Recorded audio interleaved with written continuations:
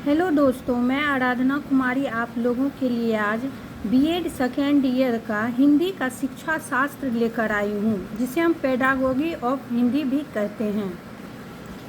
भाषा की संप्रत्यय को स्पष्ट करते हुए उसकी प्रकृतिगत विशेषताओं की विवेचना कीजिए। भाषा का संप्रत्यय संस्कृत में भाष धातु भाषा से भाषा शब्द बना।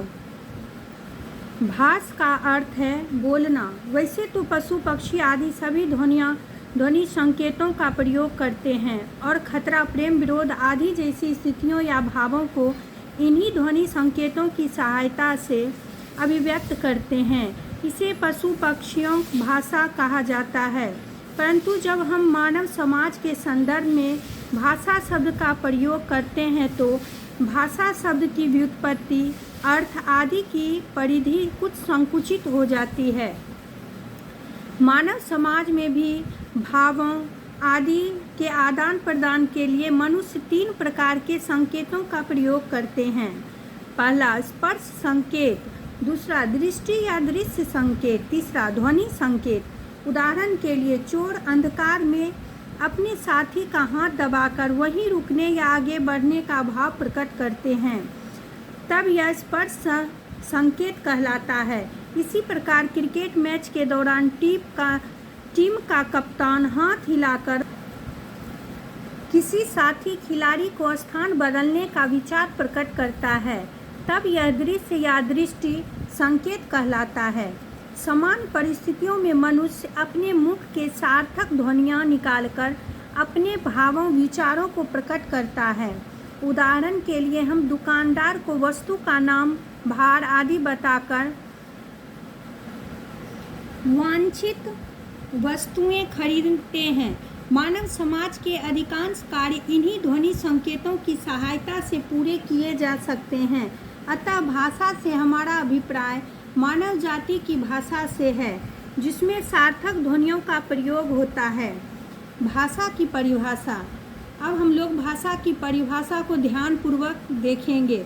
भाषा का स्वरूप इतना व्यापक और विस्तृत है कि इसकी समस्त विशेषताओं को सीमित शब्दों वाली परिभाषा में प्रस्तुत करना लगभग असंभव है। यही कारण है कि अनेक विद्वानों ने अपने अपने मतानुसार भाषा को परिभाषित करने का प्रयास किया है। यहाँ पर कुछ भी प्रसिद्ध विद्वानों, भाषाविदों द्वारा दी गई परिभाषाओं का उल्लेख किया जा रहा है, जो निम्नांकित हैं। पहला, पाश्चात्य विद्वानों का मत। पहला ब्रिटेनिका विश्वकोश के अनुसार भाषा ध्वनि प्रतीकों या संकेतों की ऐसी मान्य व्यवस्था है जिसके द्वारा एक समाज के लोग आपस में विचार विनिमय करते हैं। दोस्तों, ये परिभाषाएं, जितनी भी परिभाषाएं मैं अभी आप लोगों को बताऊंगी, उनको ध्यानपूर्वक, मैं तो कहती हूँ, याद ही कर लेना। दूसरा, प्लेटो ने कहा, विचार आत्मा की मूक बातचीत है, पर वहीं जब ध्वन्यात्मक होकर होठों पर प्रकट होती है तो उसे भाषा की संज्ञा देते हैं।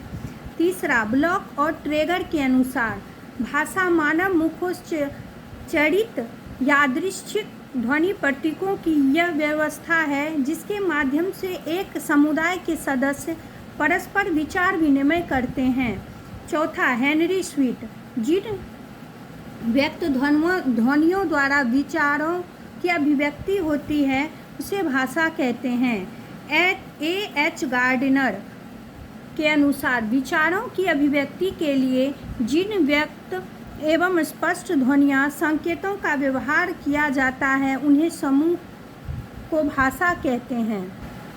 दूसरा, अब भारतीय विद्वानों ने भाषा के बारे में क्या कहा है, अब उसे देखते हैं। पहला, आचार्य किशोरी दास वाजपेयी के अनुसार विभिन्न अर्थों में सांकेतिक शब्द समूह ही भाषा है जिसके द्वारा हम अपने विचार या मनोभाव दूसरों के प्रति बहुत सरलता से प्रकट करते हैं। दूसरा, प्रोफेसर कामता प्रताप के अनुसार भाषा वह साधन है जिसके द्वारा मनुष्य अपने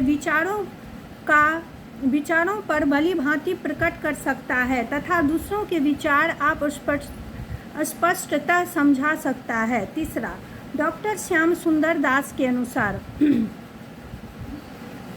मनुष्य और मनुष्यों के बीच वस्तुओं के विषय में अपनी इच्छा और मति का आदान प्रदान करने के लिए व्यक्त ध्वनि संकेतों का जो व्यवहार होता है उसे भाषा कहते हैं।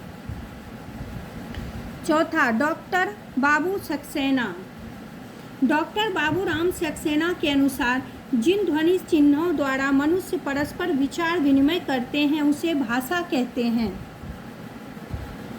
आचार्य देवेंद्र नाथ शर्मा के अनुसार उच्चारित ध्वनि संकेतों की सहायता से भाव या विचार की पूर्ण अभिव्यक्ति भाषा है। छठा, डॉक्टर देवी शंकर द्विवेदी के अनुसार भाषा यादृच्छिक वाक प्रतीकों की यह व्यवस्था जिसके द्वारा मानव समुदाय परस्पर व्यवहार करता है। दोस्तों, इसका पार्ट 2 वीडियो देखने के लिए सब्सक्राइब जरूर करें।